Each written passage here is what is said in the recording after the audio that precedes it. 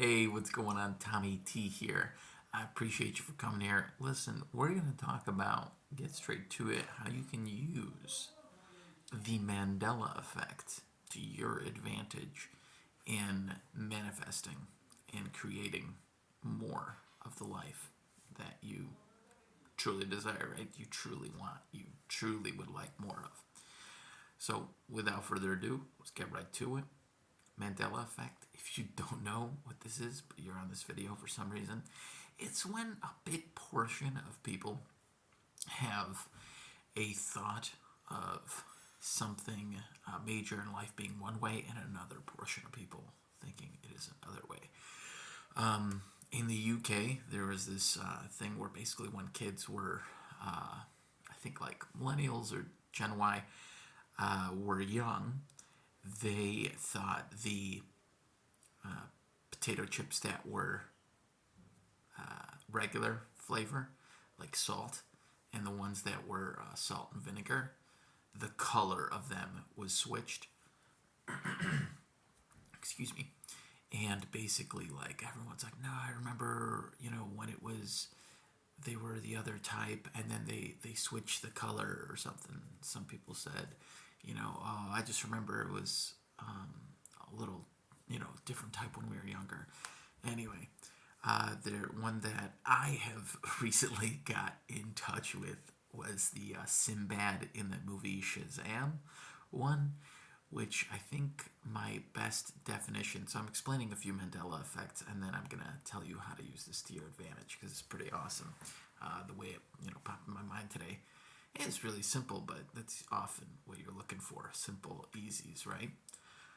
Once again, so I'm pausing the video when I need to cough because when I wake up on the odd part of the bed in the morning sometimes, I'm like, what the heck? Like, I get this extra like phlegm, and I'm convinced that I slept odd yesterday, and I have this extra thing because I had my nightstand light on. Doesn't point in my eyes, so it doesn't like hurt that much, but it makes the room brighter, so that obviously takes an effect. And here we are. I have a cool, intuitive idea in the morning. But seriously, so the one that really convinced me was like Sinbad being in a movie about genies, or he's a genie, and like none of the videos, cassettes existing and stuff like that. And it's funny, you'll find people that like, have created things like one-offs or something. Anyway, it's up to you, but I'll explain later how this is advantage of you.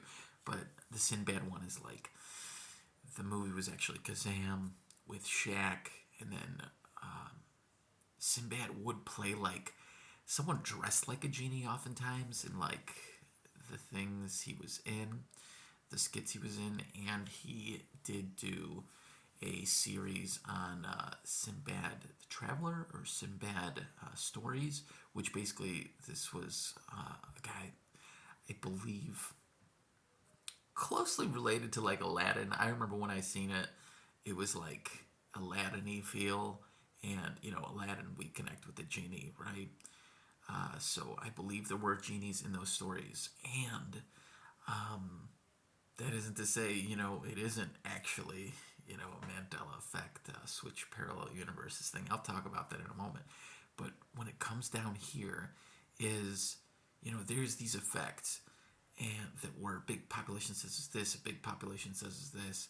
I feel both people probably have both memories, but like with the Sinbad one, I realized the trailer in the Kazam movie has first kid for Sinbad as well, and I was like, oh yeah, you would easily just like they're both big guys, Sinbad and Shaq, and they're like perfect for genie roles, right? They kind of had like this goofy, kind of like straightforward demeanor.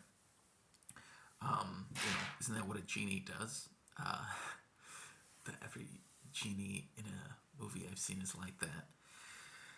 But now here, how are you going to use these things? These Mandela effects. Like, so I recently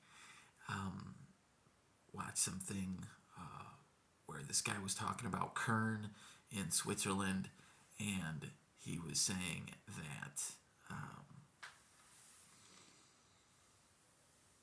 basically they got onto the topic that, there was, there's potential that when the Hadron Collider, you know, smashed or whatever, that it like created warps in time or something. And I was like, okay, well that's funny and that's interesting. And the guy was part of the article, part of the video article. The guy was also talking about how there are no hydrogen, whatever colliders in the States because they canceled it. And I'm like, well, I guess I'm living in the universe where there is, because there has been one for decades. It's in Illinois, and he was talking about a different one. But anyway, if it says that basically, these parallel universes happen, right, based on this rift that happened like 2008, listen, I am having you use that as evidence. If you feel that this Mandela Effect thing is real, use it as evidence that, multiverses and different parallel universes exist. And when you switch, or if you are in a different one, it gives you evidence that you can change anything you like in your life for the desire and manifestation that you truly do. And the reason you will do it is if you grasp more grounding and awareness in life and your activities and actually setting those goals. But you get to like kind of cancel off the past, stop thinking about the past as much, and you're just like, hey, I don't need to do that anymore. That past issue is an issue, whatever. I don't need to think about it anymore. I'm in this new space and frame of mind. It's kind of like when you see 1111 or 555 or, like weird patterns of numbers in the right moment. Use these things as evidence to show you that, yeah, maybe parallel universes exist, which I think is the only way to really think if you are under the belief that all time is now, like past, future, present, that's another topic. But use the Mandela Effect, issue as evidence that parallel universes are real, and you can literally create your own reality. You are actually right now doing it. The only way you can really do it is if you pay attention to what you have presently and see how you can adjust it. So I appreciate you. I know this will help you just take effect with this. And yeah, see you on the next one, or keep in contact with me, and definitely comment. I'd love to communicate with you if this stirred you up well. I appreciate you.